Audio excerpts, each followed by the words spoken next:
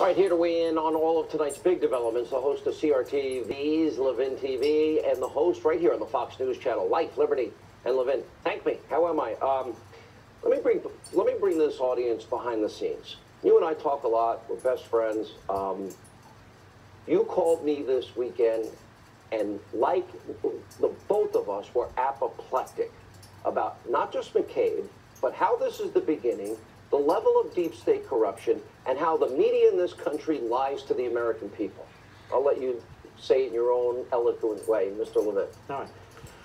As somebody who worked at the Justice Department, I want you folks watching to understand a couple of things. The Inspector General is an independent, official, professional within the Department of Justice.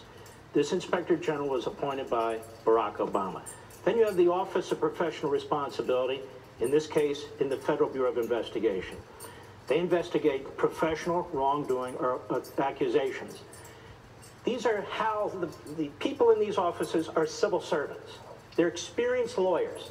And what's happening here, Sean, is when you look at it this way, folks, the director of the FBI, Comey, and the deputy director, McCabe, these were bad cops. They were bad cops. They were politicizing the FBI. They were obstructing certain investigations. They were pressing their foot on the gas pedal on other investigations. They are bad cops.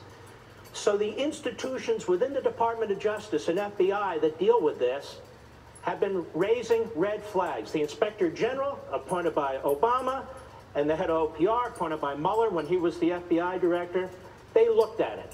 Trump had nothing to do with it. They wouldn't care what Trump had to say anyway. They go to the Attorney General of the United States and say, you need to fire this guy. By the way, the new FBI director, who is apparently in the Witness Protection Program, he put the guy on suspension forever. So the new FBI director, the IG, the OPR, the Attorney General of the United States would have done a horrific miscarriage of justice if he had not fired McCabe, a bad cop who authorized leaks and then apparently lied about it to the IG and OPR. Under they had oath. the goods on him. Under oath. Under oath. Now here's what's stunning. You have a media in this country, a Democrat Party, and some Republicans, like Lindsey Graham and Marco Rubio, they're very concerned for this man, that he might lose his pension. He's not going to lose his pension. Whatever money he put into his pension, he gets. It's just that you and me and Mr. and Mrs. Taxpayer don't have to contribute to his pension for the rest of his life. Why are we supposed to be concerned about this? This man may have committed crimes. He should be in front of a federal grand jury. The problem is we don't have a federal grand jury to investigate him or Comey. Now, Comey is like the mob boss of the operation. All this was happening under him. Strzok, Page, him, all the rest of it. All the rest of it. And Comey's a known leaker. He confessed because he didn't want to commit perjury. And now he's caught with his former deputy at a point here where the former deputy said, yes, everything I did, Comey knew, and as you pointed out, Comey testified he didn't. These are bad people who did bad things, and we expect the head of the FBI and the deputy head to do the right thing, but they were bad cops. I want to go on. All this tweeting, James Comey we talked about. Brennan, do the American people remember that this jerk, that his CIA was spying on staff for the Senate Intelligence Committee, and he denied it? And then he had to go back and apologize because under this jerk, they were spying on the Senate Intelligence Committee.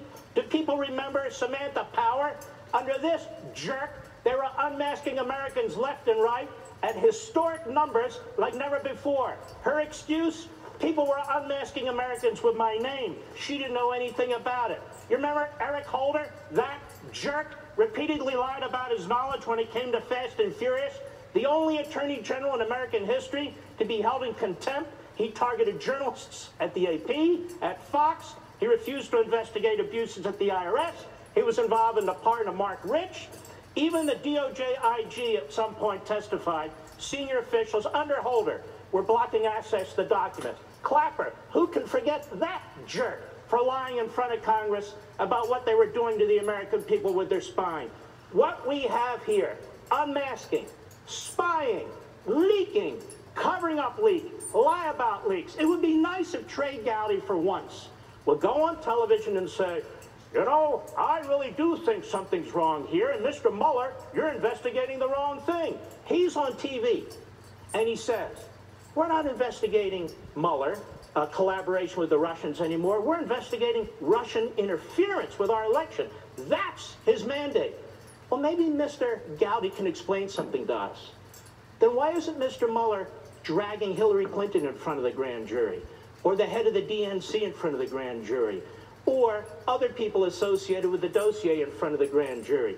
Why isn't he dragging his friend James Comey in front of the grand jury? He had to sign off on the FISA application, or Mr. McCabe. Or he had Rosenstein. to sign off on the FISA application, or Rosenstein, or Loretta Lynch. Yep. Because Mr. Mueller's not investigating interference in the Russia in the campaign. Because if he was, he'd do not only what I said, but he'd be investigating Comey and McCabe for interfering in our election. Here's the big story.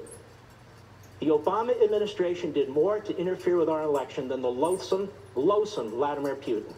Whether it's unmasking, whether it's Susan Rice refusing to allow the cyberspace folks to investigate, the Obama administration did more to interfere with our election than the Russians. That's the story.